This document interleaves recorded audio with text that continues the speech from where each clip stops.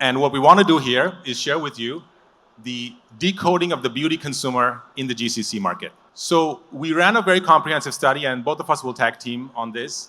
The idea was really to understand the behaviors, the patterns, the usages, the motivations of consumers across 3 of the key markets, which include Kuwait, Saudi Arabia, and the United Arab Emirates. We talked to close to 3,000 consumers over months, including doing ethnographies, qualitatives, quantitative study, the whole deal. And we came back with some very clear and concise findings that we're excited to share with you today. With that, I'll pass it over to Angela to go through what defines beauty in this region. So one of the very key findings and striking findings from this study was the mindset shift from women in the region.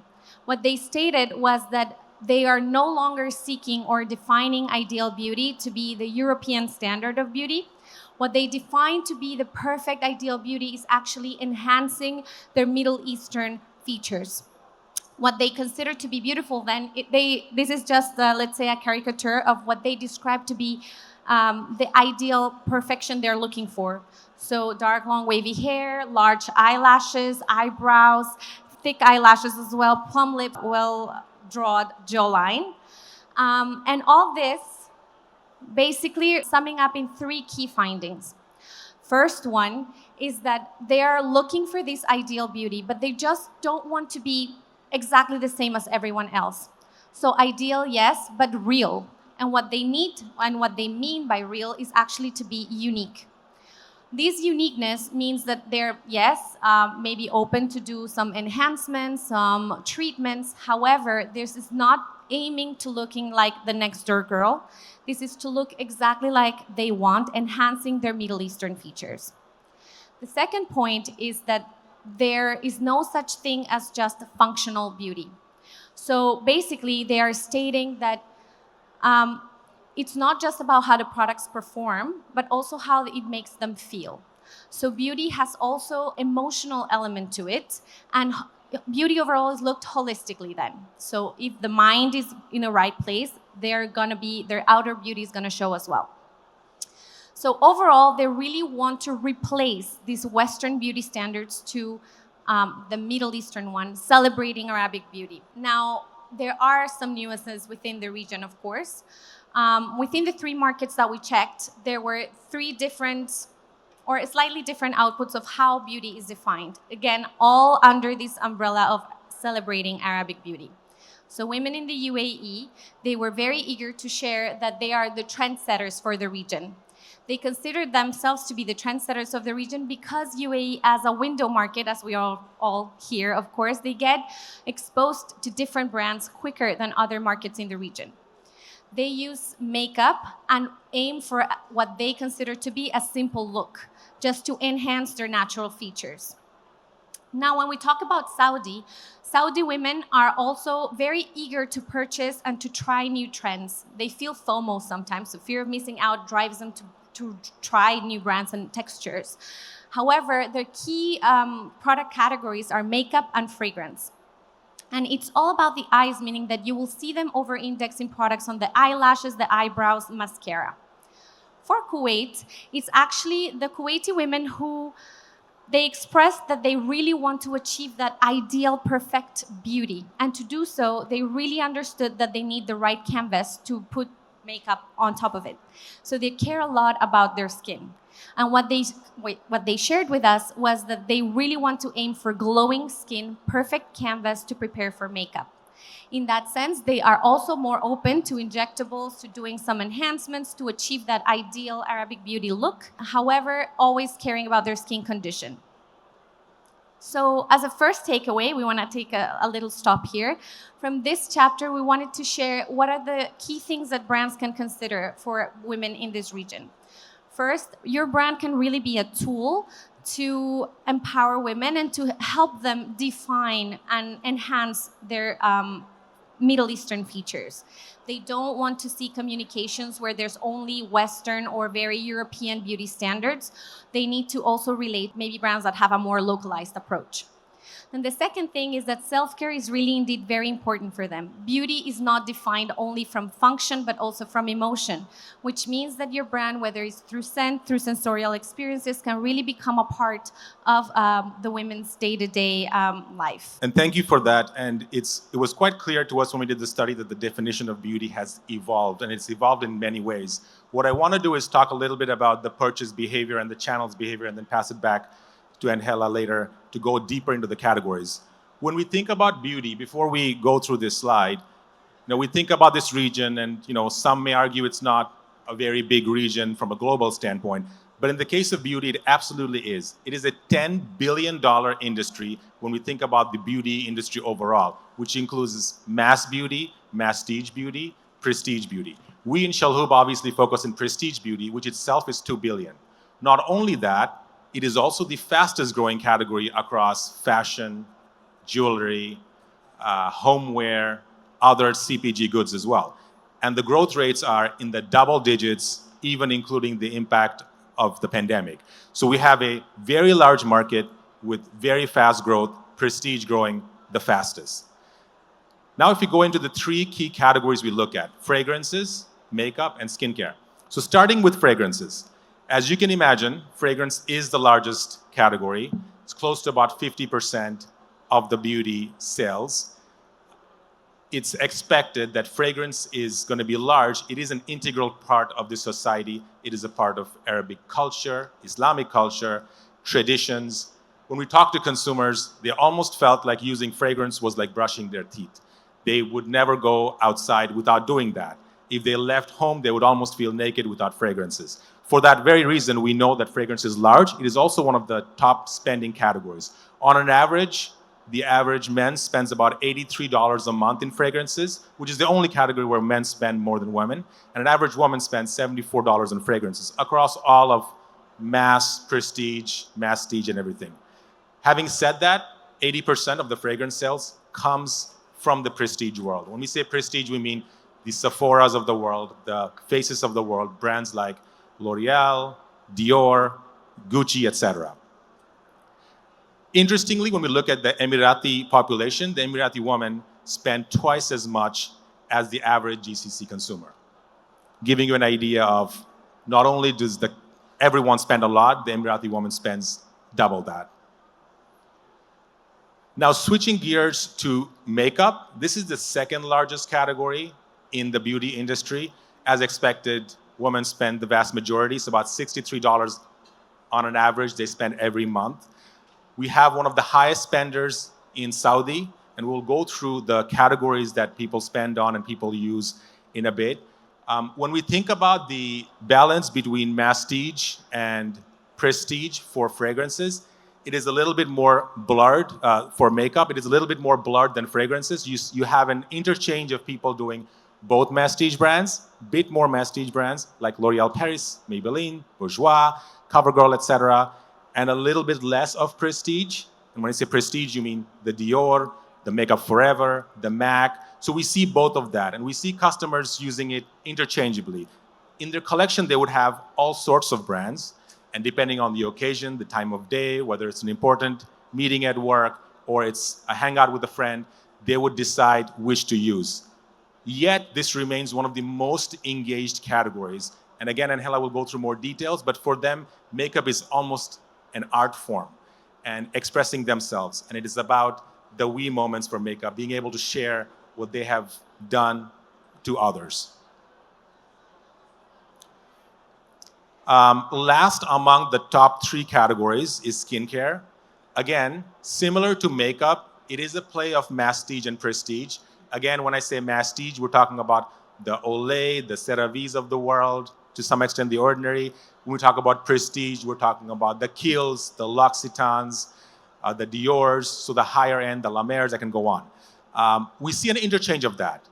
Having said that, it is a heavy masstige / dermatology play. We have a lot of pharmacies where consumers go and shop for skincare. One of the leading brands there is La Roche-Posay, which some of you may be familiar with. Again, if I look at the global market, skincare in the prestige is probably the most underdeveloped in this region. it's close to 10 to 12%, whereas in every other market, it's 30, 40%. Consumers are hungry for skincare. They're hungry for education. They're hungry for ingredient focus. They're hungry for science-backed claims. They want to take care of their skin, and they want to use a scientific-backed, doctor-recommended product. Again, we'll go through that in more details, but over the last 6 months or so, skincare has been the fastest growing. We saw the launch of The Ordinary, again, many of you may be familiar with, which is a brand that Chalhoub launched, and that came up as the number one fastest growing brand in the market. So again, a lot of demand, a lot of opportunity, but a lot of education needed for the consumer as well. The other categories, which are generally not that big, one of them is body care. So body care is like your Vaselines of the world, your Body Shop. Again, predominantly it is mass heavy because you can walk into a Lulu or a Carrefour and buy any of the body care brands. To consumers, the body care brand is about taking care of yourself throughout the whole day. They're generally buying mass products, but some will buy masstige products as well. The key point for them, or the key driver for them, is scent. They feel that, we're going back to fragrances, but fragrances for body care. Fragrance is, the scent is the key driver for the body care products. And as you can see that women are spending quite a bit more than men. Hair care, again, an interesting one, smaller in terms of spend. It's $1 million question, is hair care going to premiumize like skincare that we've seen in other markets? We are seeing very interesting brands in the market, higher end, more ingredient focused. Bring brands like Kerastase. If you walk to a Sephora, you'll see a nice, decent sized hair care collection, which goes into vitamins and hair health. Consumers have clearly evolved from from care or clean of the hair to caring of the hair. To them, the hair care health is almost becoming like a skincare health. There's 4 routines they do. They do pre-wash, wash, after wash, between wash. And we heard that from engaged consumers, that they are really taking care of their hair and willing to premiumize if the right brand is there. We're obviously not seeing that much for the male consumer, so you have a much lower spend. Last but not the least is wellness and home fragrances. Wellness is about vitamins, supplements, things that we usually take to have a good health. Having said that, more and more consumers talked not just about healthcare from an anatomy standpoint, but also healthcare from a skincare standpoint. Consumers were more and more linking your body health to your skincare health. And they felt that having vitamins and supplements would actually make them feel good, but also look good. When it comes to home fragrance, it's not a surprise that home fragrance has exploded since the pandemic time. People are working remotely. People are working from home. People want their home to smell good, and that makes them feel good. It's also a very positive aspect from the home care standpoint when you have guests coming over. And people claim that they express their individuality through having nice, beautiful fragrance in the home, different at different times of the day. Obviously, we have fancy brands like Deep Teak, which is more higher end, but also brands like Jo Malone that people often refer to. Now, going through the brand universe, and I touched a little bit on it. If you look at skin, makeup, and fragrances, you have skin, which is predominantly mass. Again, the Olays, the CeraVes, the Niveas of the world. You have prestige, which I talked about. The leading brands there are L'Occitane, Clarins, Kiehl's. We have The Ordinary now coming up as well. You have derma brands like La Roche-Posay. You have masstige brands, which is hard to really define what masstige is. I worked in the US for a long time, and if you have been to an Ulta, then you'll know sort of what sort of masstige looks like. Interestingly, when we look at the Kuwaiti nationals, which and Hella talked a little bit about, they are the most engaged in the category, and they are the ones who also over-index in the prestige skincare standpoint. When we look at makeup, we talked about some of the brands. 81% of the purchases happen in the masstige brands. We're talking about your L'Oreal Paris of the world, your Bourjoisie of the world, your Maybelline, your CoverGirl. After that, you have the prestige, which is obviously your Makeup Forever, your MAC, your Estee Lauder, your L'Oreal main brands, and then you have the mass brands as well. And lastly, for fragrances, not a surprise, it's predominantly prestige. As I mentioned, the largest category, the ones where people use the most, have the most bottles, layer the most. is just a lot of fragrances that people interact and engage with on a day-to-day basis. From a brand standpoint, the biggest ones are Dior, Chanel, Gucci, Hermes. So the brands that you'll see at your nearby Sephora or your Faces. We also have some traditional Oriental brands like Arabian Oud, Hindal Oud. We have some modern Oriental brands like Amouage.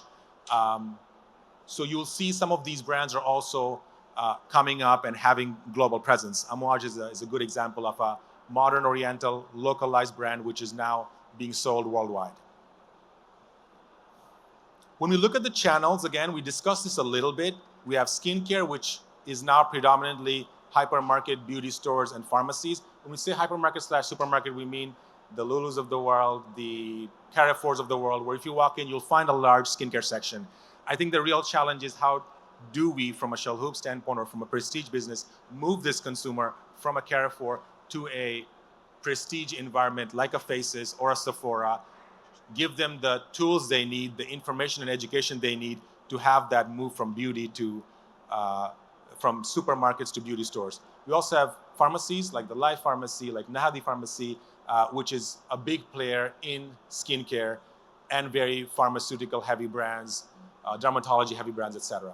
When we look at makeup, by far beauty stores make up the largest chunk. That is your Sephora and Faces of the world. Sephora makes up the largest share when we look at the prestige makeup. When we look at the UAE nationals, 80% of their spend is still offline, so we know that online is a big part of the market, but offline still makes up a large chunk. Lastly, for fragrances, you have a mix. You have a mix of beauty stores, you have a mix of hyper stores / hypermarket, supermarket, and also traditional retailers. Quickly switching gears, where do people discover their brands? This is actually consistent across many categories we work on: fashion, jewelry, watches, and for beauty as well. Word of mouth. People really talk with friends, talk with family, look at what influencers are saying and doing and share that back and discuss the latest trends, discuss what worked really nicely for them, what skincare brand they use, what fragrance they wore that had compliments for them. So word of mouth consistently comes up as the #1 driver of why people are buying certain brands or where they're discovering the brands from. The second one is social media. This region has one of the highest smartphone penetrations worldwide. It's close to 95 plus. Highest internet penetration, highest internet usage by per person. Snapchat's #1 country from an engagement is Saudi Arabia.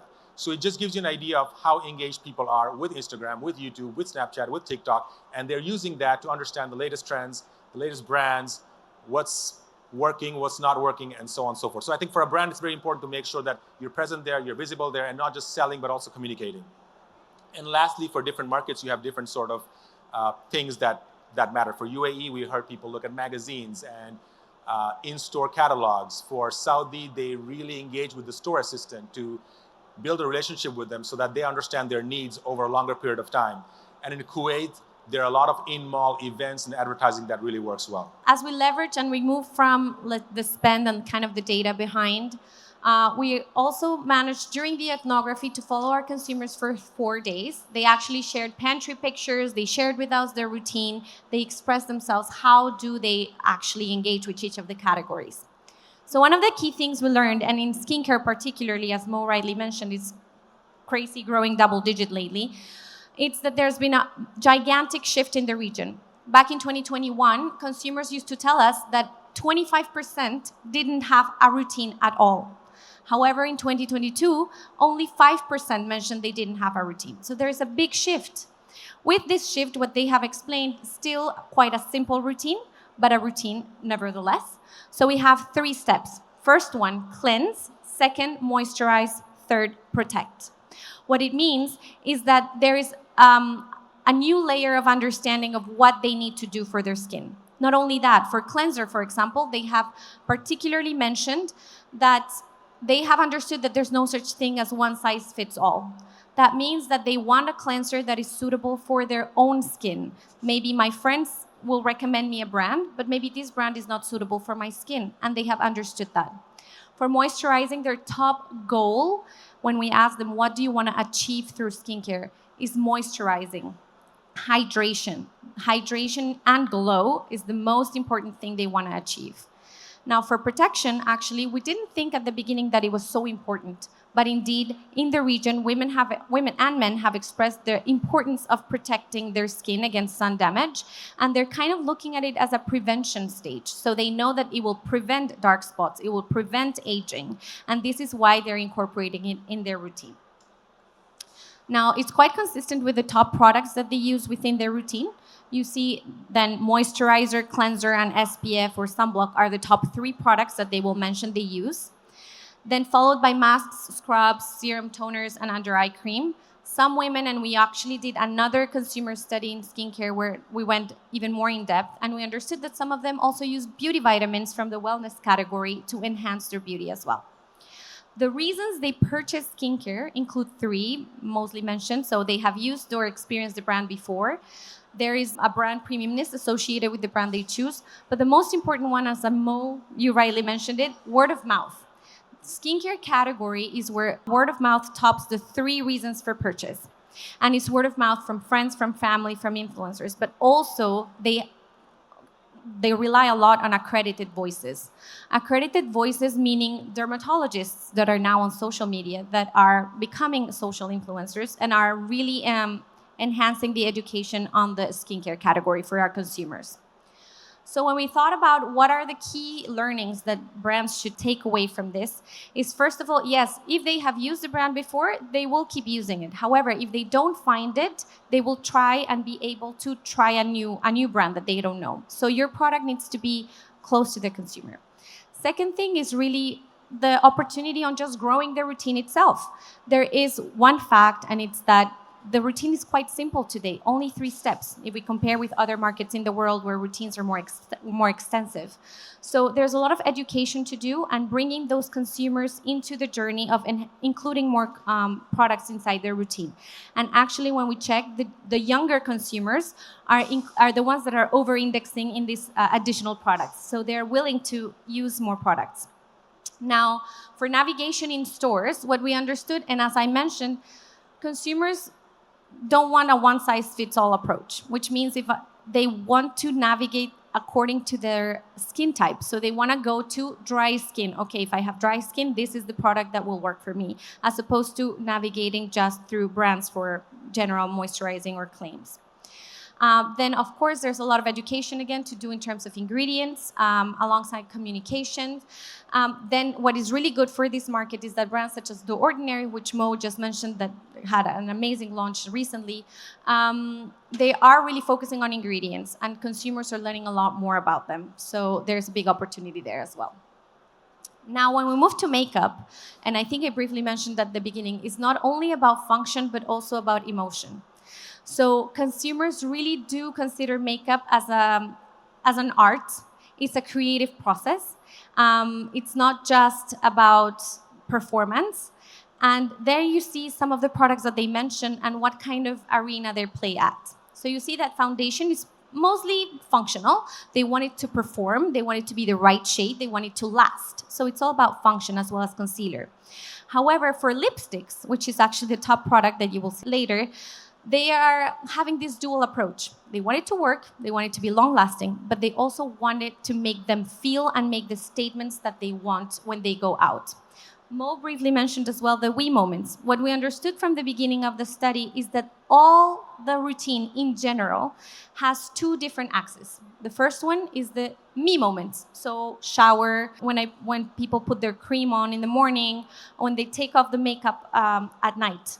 These moments, no one is seeing them. It doesn't matter which cleanser they use, which cotton pads they use. It doesn't matter because no one is seeing. However, when they go to meet friends, to go to a wedding, to go to an event, they will use makeup as the key tool for those we moments. I'm expressing myself, I'm making a statement. And in that sense, they definitely think of this as a tool to express themselves. So again, it's not just about function, but as emotion. So it's about confidence and bringing those tools to life to make sure these women are able to enhance their Arabic features and achieve that ideal beauty that we briefly talked about before. It's really about we moments, we just mentioned. And for me moments, it's about also feeling good and having a better self-esteem. Now, depending on the occasion, I think Mo also mentioned this, they will choose the brand they pick. So they do mix and match. We went through their pantries. We have enormous, gigantic stock of pictures of, a purse with L'Oreal Paris, but also Rimmel, but also Dior, but also MAC in the same purse. And what we see is that when they go out, they would prefer to maybe take their Dior lipstick with them. When they stay home, maybe they will just keep their Essence or just wear their masstige brands that they maybe buy at Center Point. So here you can see the different looks that they are trying to achieve, whether it's more of a daily look, it's more of a natural, enhancing their features. Whereas for events and occasions, sometimes they declare that they need to compete. So they need to really bring the A game and bring everything they have with the best performing makeup and more prestige brands. So in terms of products, you see here, lipstick is the top one mentioned product for makeup, followed by foundation. Then mascara is number 3. And of course, this kind of product over indexes in Saudi. As we mentioned before, in Saudi, the eyes are really important. And that's why mascara and eyeshadow are key ingredients in this equation for makeup. The top purchase drivers, they have used the brand before. They wanted the brand. So it's all about really eagerness to fetch a new brand. There are many brands that are not found in the market yet. So they are aware of it. And again, fear of missing out is a key element of here. And then the brand premiumness, of course. So in terms of takeaways, what we have suggested is that really brands can offer specialized products and education on techniques on how to enhance their Arabic features. Again, they want to look their best and showcase their uniqueness. Then there is moments for heavy makeup use, the we moments, the occasions, but there's also daily makeup use and also me moments. So it's not about the maybe myth that in the region there's only heavy makeup, because that is not the case. Then for fragrance, which again, it's a very integral part of the Arab culture. It's really ingrained in this region and makes it very different from any other regions in the world I've worked in. It's very interesting how they describe fragrance, because it's not just about the perfume itself. It starts all the way from the me moments in the shower. So they will pick the shower gel depending on the fragrance it has. They will pick the soap depending on the fragrance it has. Then they layer in a first wave with the body care. So they will buy a body moisturizer that is performing, so it moisturizes, it suits that purpose, but they will also get a body lotion. What's the purpose of the body lotion? Just the scent. So it's not about the performance, but about the feeling. Of course, the deodorant also plays a role, and some women even mentioned that they would prefer to use men deodorant because they are high performing and they smell better or stronger. Then for hair care, then you have a third layer. You have your conditioner that you're purchasing because it has a perfect scent for you, and then your hair mist on top. So there you can already see that each person will have their own personalized fragrance already being built up from the moment they start taking their shower. Then finally, they reach fragrance. And within fragrance, they have different steps. So they would have their perfumed oil, but they will also have their EDC, their EDPs, their Bahur. And finally, they will take in their purse the maintenance piece, which is the body mist. That was quite a finding for us. We can see here in the top performing products that the number one mentioned for fragrance is actually the body mist. Surprisingly, it was mostly from the mass brands. So, for example, the Body Shop, there's this huge appetite because they can easily carry them in the purse and just refresh the scent throughout the day. So the reasons for purchase, again, they like the smell. Scent is really the one key feature across the whole fragrance journey. They have used it before, and the brand premiumness. Now, for brand recommendations, we do see that, as we mentioned, scent is linked to the region, and scent is defined as to be clean, to be hygienic. So maintaining good smell during the day and having a unique scent during the day is very important. So we need, or consumers actually express that they need long-lasting, high-quality scents. Then the second thing is that today, as we mentioned, for body mists, mass brands are the ones that are dominating this arena. However, there's this premiumization opportunity. As we've seen, there are many of the prestige fragrance brands have launched hair mists, for example, understanding that this is a key component in the fragrance journey in the region. Body mist could be next. Fragrance then is also a very important gifting product during key moments of the year. Then offering this uniqueness and limited edition scents can be a good way to portray your brand as well and make it available for your consumers in the region. So finally, here we have some maybe 3 points of discussion of the things that consumers actually mentioned that they're missing. Like what is not here that we want. Some of the dreams may be a little bit crazy. So some of them mentioned, I want something that when I go to sleep, I wake up with no lines, no dark circles, and it lasts forever. Well, of course, that's an innovation we're all waiting for, but a hard one. Yeah, and I think the routine simplification is not just consumers looking for more. I think what we've seen consistently is consumers are getting more sophisticated. Specifically for makeup and skincare, we see that there's a merge happening. We don't know what it looks like. A lot of brands are trying to do makeup with skincare or skincare with makeup. We hear consistently people want makeup with SPF in it. People want makeup with other skin boosting capabilities. I don't believe we've seen any brand that has done that really well, but I think the true consumer insight is they want something that solves multiple problems in your busy day-to-day life, which is, outside of having to use 8 different products for 8 different things. Then, of course, they're also eager for clean and natural ingredients. And by eagerness, we don't mean that there's a big market size for it yet. However, they do understand that there are certain ingredients that are not right for their skin type or that may harm their particular skin type. So they're paying more attention to it. They're reading more the labels. So there is an opportunity to teach them, educate, and bring them along if you have a clean brand, for example, to make sure that they understand that these natural ingredients are also performing well and are not harmful for their particular skin. And I think when we get to clean and natural, it opens up like an unlimited iteration of what that means and what it looks like. And I think everyone is trying their own way to define what clean is. I know the best example is Sephora in the US. They say Sephora Clean, which is an accreditation by Sephora. And so consumers do believe that. I think what is important is clean has taken many forms. Like, do you mean clean as in sustainable clean as in good ingredients clean as in less ingredients clean? And a couple of examples that come to mind is, Drunk Elephant has a list of 9 ingredients that they never touch. And that, to a consumer's mind, is clean. Ordinary came in with not necessarily saying clean, but they're saying we're clean and honest, and we tell you exactly what's in the product, and we don't charge you a huge markup like other brands do. So to consumers, they're sort of clean, but in a different way. But I do feel transparency, honesty, and clean is becoming an important factor for skincare, specifically skincare, because people are using it in their faces and they want brands to be honest with them. And then finally, in terms of efficacy and performance, again, I have stressed a lot that it's not just about performance, but also about emotion. And they do care still about performance. So it's not because they're seeking that emotional level that they don't care the product actually performs.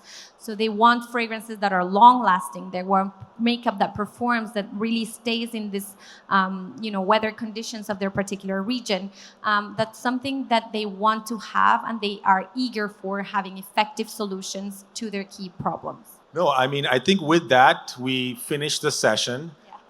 We're happy to take a few questions. Was there, as researchers, and you've probably done this before, was there anything that really surprised you here that kind of stood out? You're like, okay, because some stuff it was kind of expected, and then there's some stuff that was like, was there anything that really surprised you? I have a second question, if I may. You've lumped fragrances into 3 categories, and I was wondering if you've considered the niche category, which is in the kind of 700-800 dirhams plus. You mentioned Amouage, they're all above 1,000 dirhams. Have you dissected that further? And does that account for the fact that men spend more on fragrances? Are they buying more niche or not? Have you looked into that? No, I think the first one was what stood out, right? To me, I think the definition of beauty was very interesting.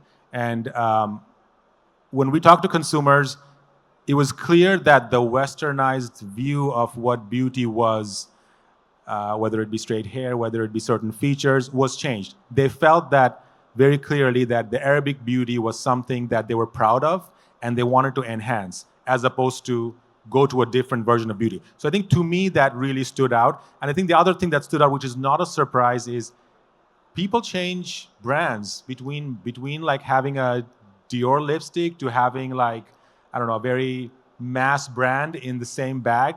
And we as luxury marketers believe that there's consumers which are only going to a Sephora or a Harvey Nichols and they'll never step into a Carrefour. But the reality is we go to different places for different needs. And if something pops in our mind and it's interesting, we'll buy that. So I think it's a consistent global learning that even in this region, you will have people shopping in different places for different things. So I think those two things really stood out. So for me, it was particularly the fact that women in the region, we kind of, it's not here, but we cataloged them, let's say, or like mapped the beauty personas in the region with these findings. And what we understood is that although there's still 30% of the women in the region that state they want to achieve this ideal perfect beauty, perfect hair, perfect skin, a lot of enhancements, a lot of services, there's a very big chunk of the population, 32% of the population, that are actually more eager to have that pleasurable experience and the emotion of the sense and of the beauty itself. So they're in a whole different spectrum. They're looking for other elements within the brands and the retailers' experience. And I think, again, from our previous understanding of the region, everyone thought that 70% was just that ideal woman. So that was something that struck me. And then the other thing was as well that there is this big shift happening really fast. From one year to the next, you have the same amount of people saying, well, I didn't used to do anything to my skin. And now all of a sudden, actually only 5% of people say, I don't have a routine. So there is a big, fast change happening in the region. Yeah, the second one was like we had 5% who said they have a skincare routine 2 years ago, and that is now 25%. Like, huge amount of people that are engaging in skincare routine. I think the second question is a big one. Interestingly, we both worked for fragrance companies, I think 5+ years in our previous life. She worked in Puig, I worked in Coty, both fragrance iconic manufacturers. So I think it's a very, very good question. It's a very relevant question because the niche fragrance market within the prestige, we split out niche fragrances. How you define niche is subject to hundreds of debates. Is it price? Is it distribution? Is it the history, the legacy, the science that goes behind? Without going into that, one is within the prestige, it is the fastest growing. Two is in other markets, while niche makes up 2 to 3%, here it's close to 10 to 15%. I don't know the number at the top of my head. Outside of niche, other markets consider private collections as niche as well. But here, private collections themselves make up a large amount. We have seen that men predominantly have a higher over-index towards niche fragrances. But the other important thing we've seen is major companies want to invest in niche and want to build that business since it is the fastest growing. So we expect the niche to be less niche, since if everybody is selling niche and everybody's buying niche, at what point is it not niche anymore? So I feel like it is going to be something that maybe more mainstream, because consumers are looking for a certain level of quality and history and ingredients and sophistication from fragrance brands. Maybe just to add on to that point, we recently also did a very big niche consumer sizing study within Chalhoub. The reason is because effectively there is a big appetite for these brands. There are some brands that are just launching in the region, a lot of brands that are launching on their own retail space and providing their own service. And I think that's a layer that's really important to convey. The service element towards purchasing a niche fragrance is something that it's not really provided for prestige commercial brands. So that's something that makes, let's say, a brand qualify as well as niche, not just the price or the distribution, but also what kind of service is needed to explain the brand history. And indeed, what we understood is that both female and male are interested in the category. Even more so male, because they are already so sophisticated in their fragrance routine, as you saw, that there is a big opportunity for them to even go further within that sophistication. Quick question on skin, hair, and body. You guys mentioned how it's 5 to 10% kind of premium, mostly mass in this region. But it's the same consumer also consuming premium fragrances and makeup. So curious, same consumer, but not purchasing premium in body, hair, and skin. Is it a supply side issue? Is it a demand side issue? And also within skin, hair, and body, how do you define premium versus masstige in terms of a price point perspective? On the consumer side, what we did understand is that they are buying groceries like everyone else. So you go to your Carrefour, your Lulu, wherever, and you will find your Head and Shoulders, your Dove, just there. The top of mind and the investment that these kind of FMCG companies have behind these top products that perform, that smell nice, and that are you can purchase in bulk for your whole family. It's what makes it so much skewed towards mass. It doesn't mean that there is no such thing as premium skincare or body care products. There are, it's just that the share is much slower because let's say these brands are competing with the giants and this huge distribution and this bulk presentation in terms of size. Even when we saw on skincare itself, and just for cleanser, to give you an example, people in their pantry would have a big, let's say, micellar water from Garnier, big one, and then they would have this little tiny one of Bioderma. And they would say, the big one I buy in bulk because I use every day. When I go out or when I'm having friends over, I'll bring my little Bioderma. It's a little bit higher end. So they are mixing and matching, maybe in different sizes, so that they can enter the category in a little more prestige side, but just a lower price point with the mini products, let's say. No, I think you covered it all. I think just from a demand versus supply standpoint, let's just keep skin as one piece, right? Because I think body and wellness are others. So I think skin, if you think about it, around 10 to 12% in this market for prestige. How we qualified, we have various ways to qualify between price distribution, but the simplest way would be if it's sold in Sephora, it's prestige. If it's sold in Faces, it's prestige. If it's sold in Carrefour, it's mass. For this answer, I'm saying. It is a demand-driven situation, in my opinion. If you think about in the US, when you go back like 10 years, skincare was predominantly sold in Walmart, Target, CVS. Then you had Sephora come in with skincare. You had education of skincare. You had the pandemic happening. A lot of these things accelerated people's education and knowledge of skincare, and the demand came in. When the demand came in, the market grew. I feel that's happening here now. Over the next 3-4 years, we'll see the demand come in. Part of the reason is globally, the skincare demand is there across every market, Asia, Korean skincare brands, Chinese skincare brands, Japanese skincare brands. I think you're seeing that proliferation happening in skincare. So I think it's a matter of just time when you will see that demand side, which is there, coming up, and then the supply will adjust, and you will have people moving more from mass skincare to prestige skincare, just like in every other market. So thank you very much. Thanks for coming. Thank you, everyone.